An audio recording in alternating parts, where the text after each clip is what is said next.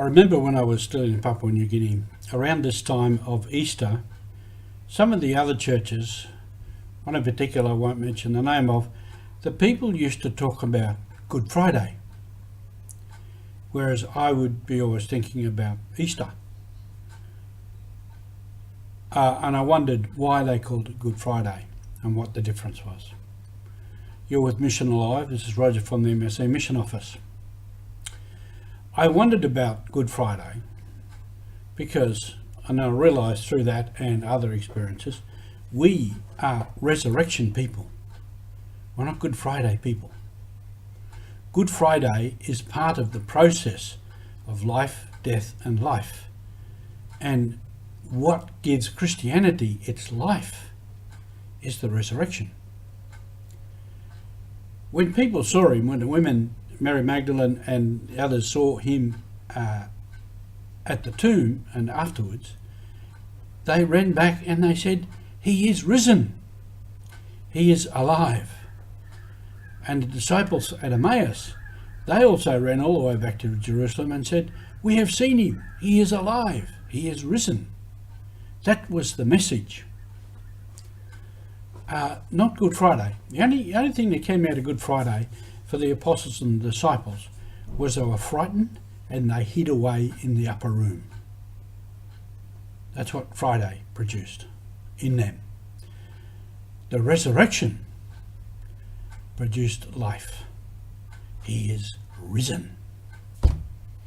And then Pentecost, the Spirit of the risen Christ, gave them great confidence, great strength, so they could go out and address hundreds, thousands of people. They could stand up to the leaders. They could stand up in court. They could cure, as Peter and John did, as Peter did on the steps of the temple. He had the power and the confidence in him in the name of Jesus to cure. That's what the resurrection produced. And that was what Jesus said, "Go out and proclaim the good news." This was a major part of the good news. This was the good news, that he is risen. And so they went out. This was the beginning of their mission. Their mission, the commission, the order to go out gave them life, gave them energy, gave them confidence. So they went out. Paul and Barnabas went to the Greeks.